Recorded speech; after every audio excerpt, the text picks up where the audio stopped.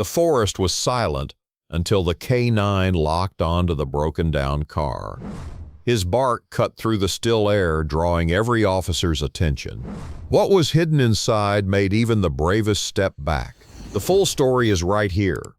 But before we roll it, tell me in the comments your favorite dog's name and make sure you've subscribed. The forest highway was the kind of road people only used when they had no other choice. Narrow, cracked in places, lined with leaning pines whose branches reached over the asphalt like fingers. It was early morning, the light thin and pale, and the sound of tires on the rough surface echoed strangely in the quiet. Officer Daniel Hargrove knew this stretch well, mostly for its loneliness. He and his K9 partner Rex had patrolled it dozens of times.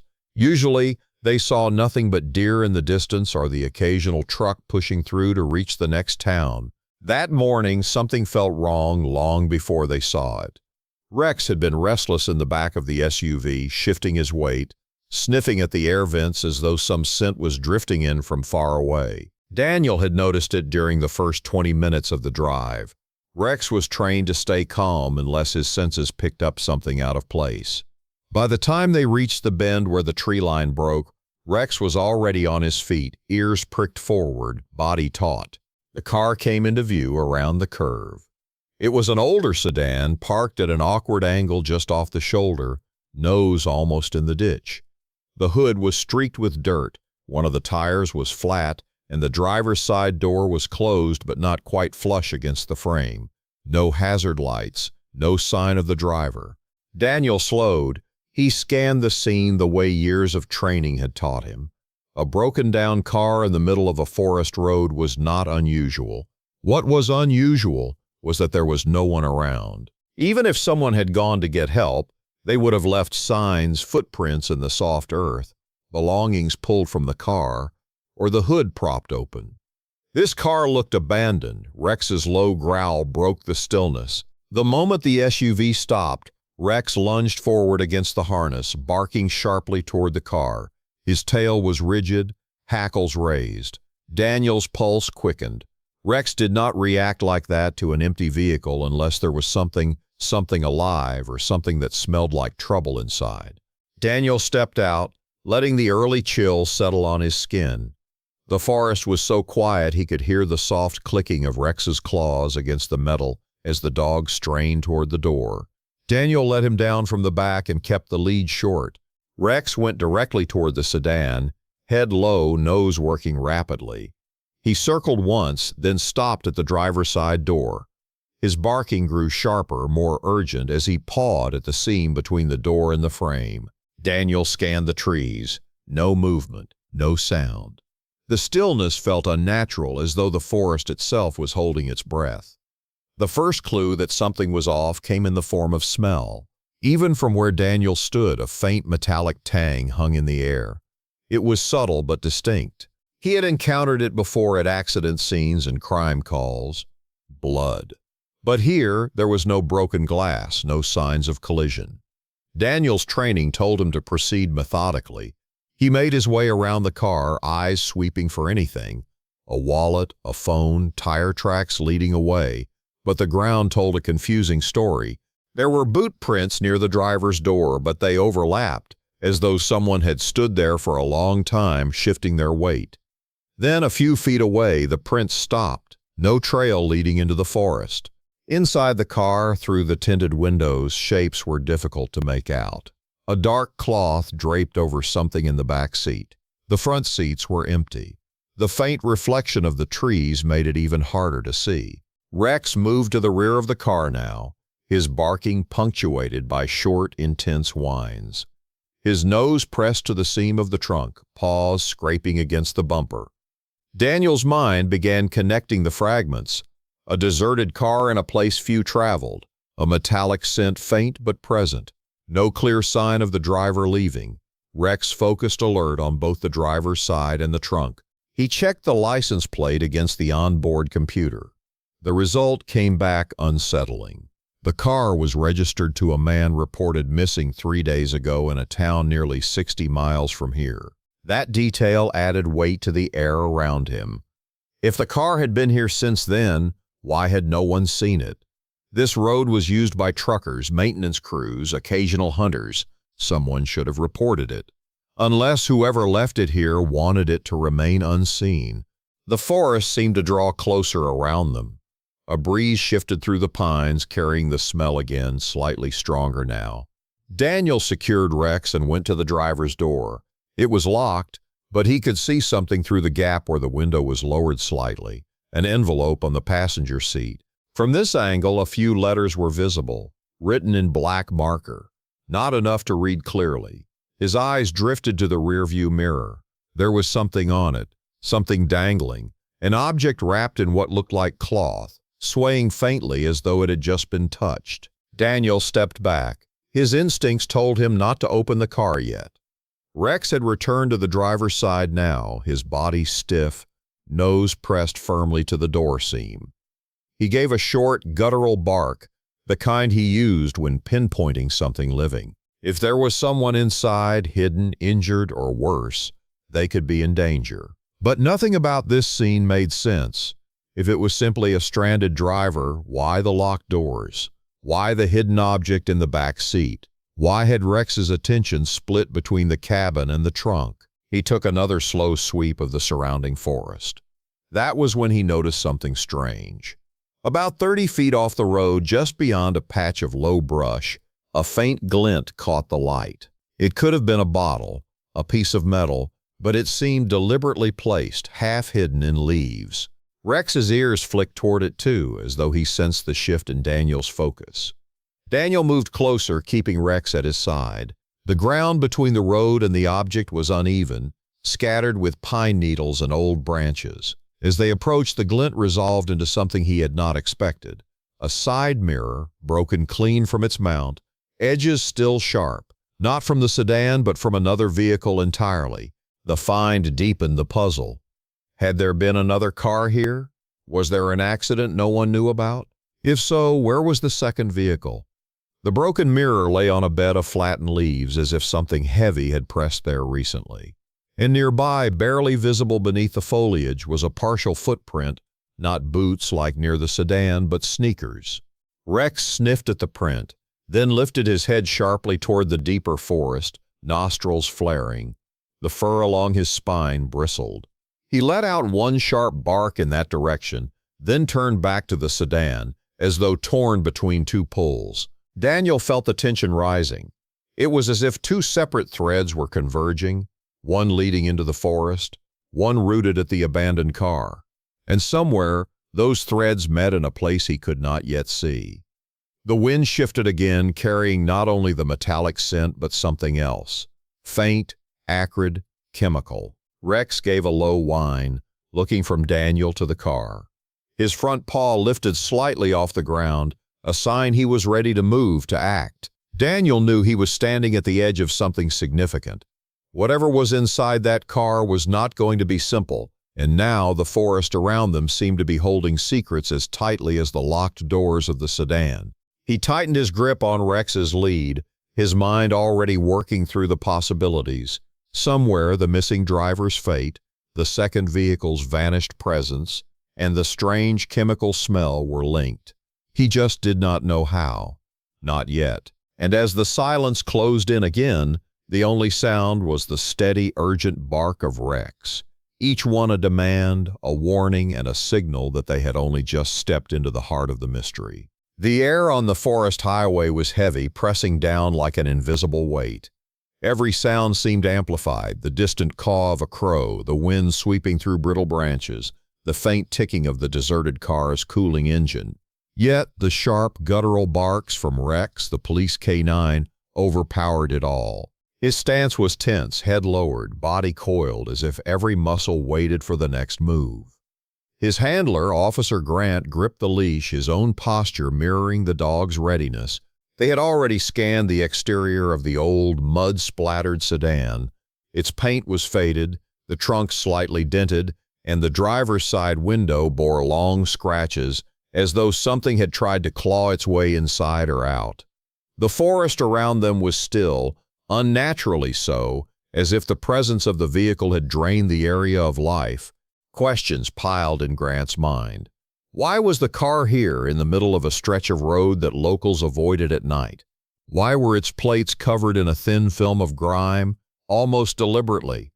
And most troubling, why did Rex seem to fixate on it as though something alive was inside, even though every visible sign suggested otherwise? The previous call to dispatch replayed in Grant's head.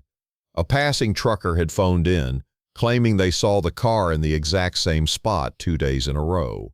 The first time they assumed it was a breakdown, but when they passed again and saw no sign of the driver or any changes, the driver reported it.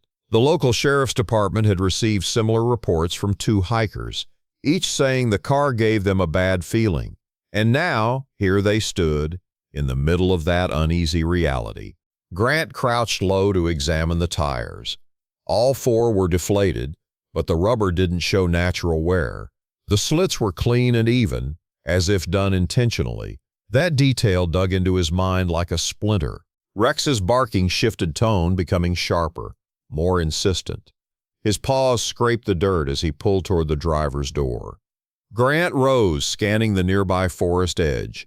The tree line was thick, branches twisting together like interlocking fingers, their shadows pooling into darkness that seemed to swallow the ground whole. Nothing moved. Still, the silence carried weight. Grant motioned for backup, his radio crackling in the otherwise still air. A second patrol car was already on its way. As he waited, he circled to the rear of the vehicle. The trunk latch was dented but functional. With one gloved hand, he tested it, locked. The barks from Rex grew more frantic. He wasn't just reacting, he was warning. Grant's eyes swept the surroundings again, and this time something caught his attention. A faint trail, almost hidden under fallen leaves, led away from the passenger side of the car toward the deeper forest. The trail was narrow, uneven, as if made by hurried footsteps.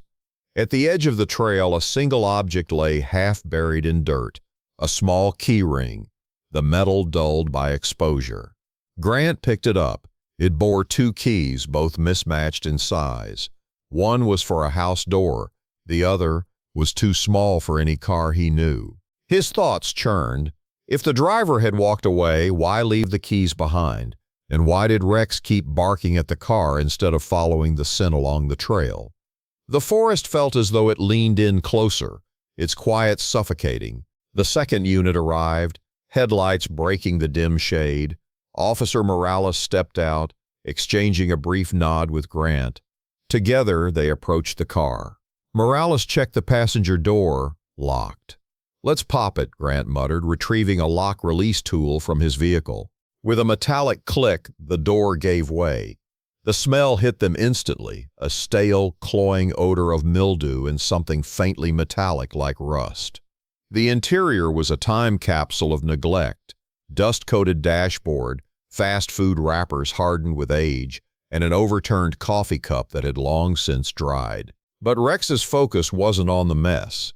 His nose drove toward the glove compartment, his body vibrating with intensity. Grant reached for it, hesitating only a moment before pulling it open. Inside lay a folded map, creased and yellowed at the edges.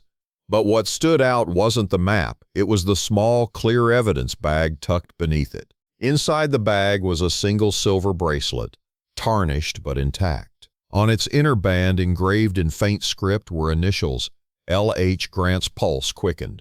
Those initials triggered a memory, an unsolved case from nearly a year ago, a missing woman. Last known location somewhere near this very stretch of forest. Before Grant could process the connection fully, Rex lunged toward the back seat, claws scraping at the upholstery. It was then Grant noticed the faint bulge under the fabric. Kneeling, he peeled back the loose lining, revealing a narrow compartment wedged between the seat and the frame. Inside was another evidence bag, and this one contained something far more chilling, a blood-stained strip of fabric. Grant looked at Morales and no words were needed. They both knew this was no ordinary abandoned car. Yet one question tore at Grant more than all the others.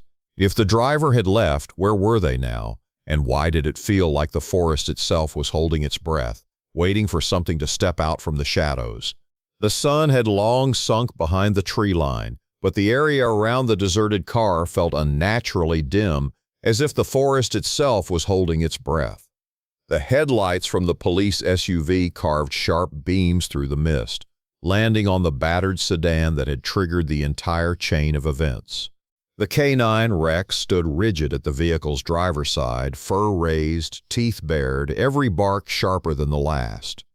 His handler kept a firm grip on the leash, but even that felt more like holding back a storm than controlling a dog.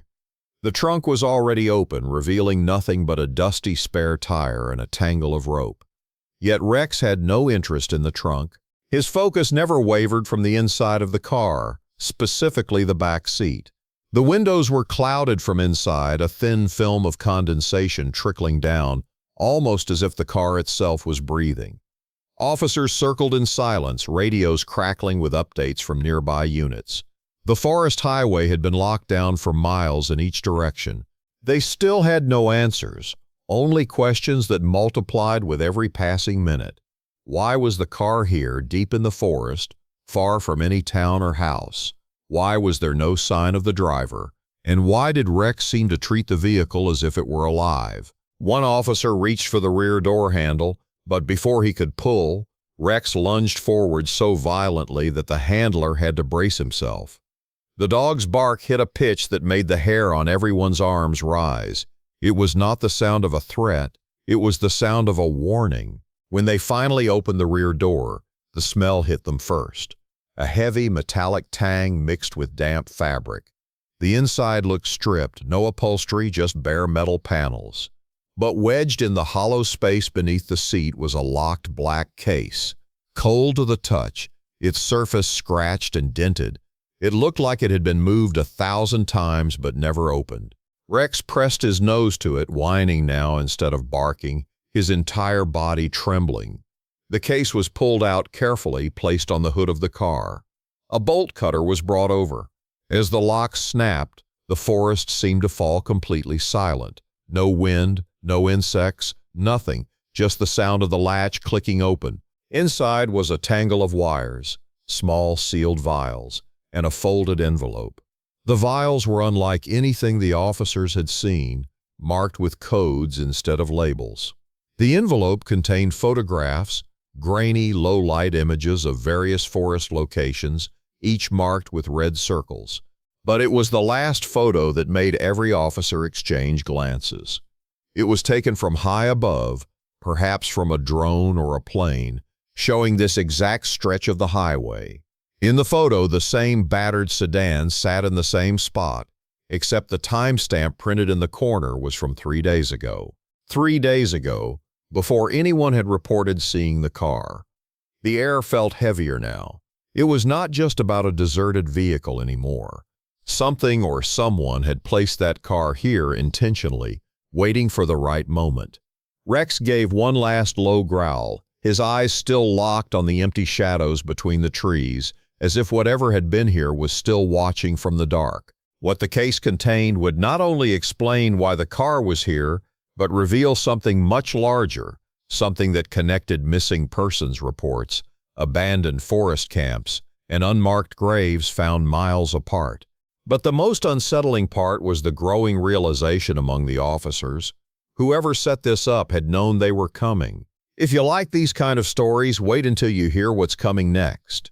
Every week we uncover real cases that will keep you hooked from start to finish. Don't miss the next one. Hit subscribe, turn on the bell, and be part of the first to know. You will not want to be late for the next twist.